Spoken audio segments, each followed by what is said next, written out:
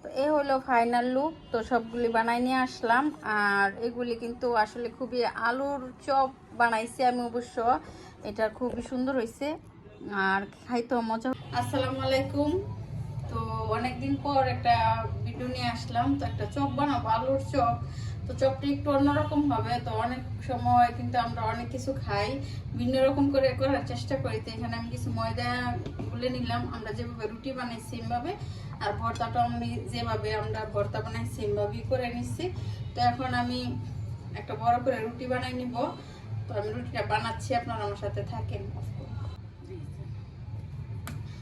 তো আমি আটাটা যেটা নিলাম, এটা দিয়ে আমি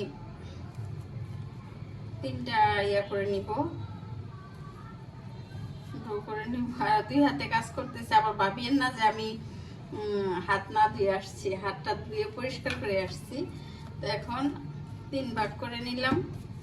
এখন আমি রুটি বানাই নিব। তো আপনারা সেম ভাবেই করে নেবেন। আর রুটি বা পরোটা যেভাবে খাই আমরা, অল্প করে তেল দিয়ে তারপর রুটি যেভাবে বানাই, পরোটা সেম ভাবে করবো। তো আমি রুটিটা বেলে নিই।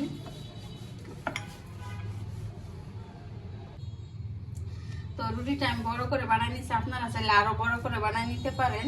তো এখানে আমি কিন্তু আলুর ভর্তাটা দিয়ে দিব।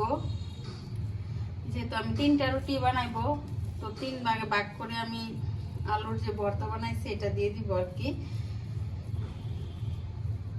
মানে ঘুরিয়ে পিছিয়ে খাওয়া, তারপর আবার খেতেও ভালো লাগবে আশা করছি। আর ভর্তাটা মিহি করে নিতে পারেন, আমি একটু আস্তে আস্তে করে রাখলাম আর কি, গোটা গোটা। তো এখন আমি এটাকে এভাবে করে বলে নিব।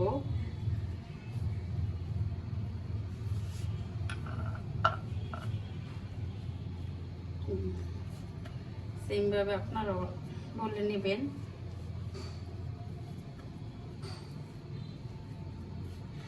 এই তো হয়ে গেল। তো একটা রোলের মতো করে নিলাম। এখন আমি 2 ভাগ করে নিলাম। এই তো সুন্দর দেখা যাচ্ছে না? তো এটাকে আমি এখন পিস করে নিব। আপনারা চাইলে রুটিটা আরো বড় করে করতে পারেন, আমি একটু ছোট করে করে নিলাম। এভাবে করে আমি সবগুলিকে পিস করে নিব।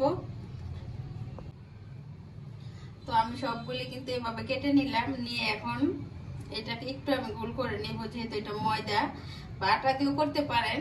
তো প্রথমে একটু গোল করে একটু চাপ দিয়ে আমি চ্যাপটা করে দিব।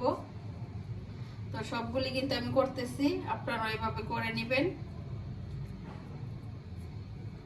আসলে আমার মোবাইল ধরার মতো বা ক্যামেরা ধরার মতো মানুষ ছিল না, আজকে একজনকে পাইলাম।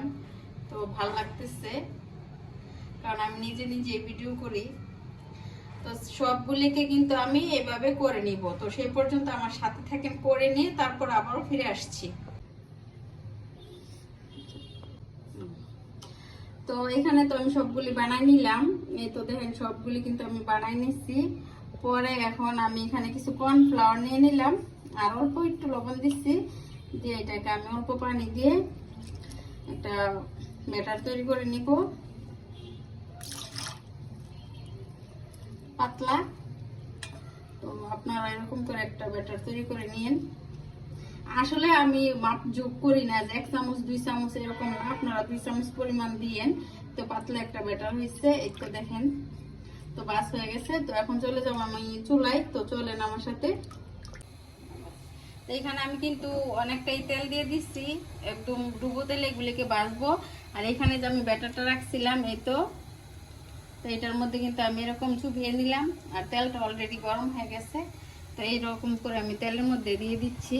একবার এটাতে চুবাবো আর একবার তেলে ছাড়বো। এই তো আসলে মামি মিলে ভিডিও করতেছি, জানি না কিরকম হচ্ছে। তো এভাবে করে কিন্তু আমি সবগুলিকে দিয়ে দিব।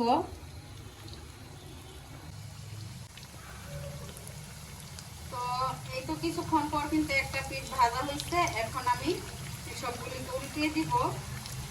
আর এটা আপনারা বিকালে নাস্তা হিসাবে খেতে পারেন, খুবই আমি একটা নাস্তা হবে আলহামদুলিল্লাহ। আর দেখতেও কিন্তু সুন্দর। আসলে আলুর চপ কিন্তু আমরা সবাই খাইতে পারি, খাই বানাই, কিন্তু একটু অন্যরকম করে বানাইলে কিন্তু ভালো লাগে। আসলে এটার নাম কি দিব আমি নিজেও জানি না, তবে আমি আমার মতো করে আমি বানাই, সবসময় চেষ্টা করি নতুন কিছু করার।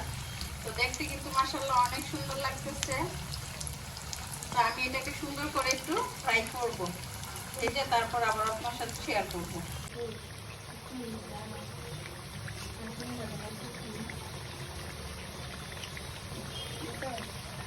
তো এটা কিন্তু ভাজা হয়ে গেছে অলরেডি, তো আমি নামিয়ে নিব।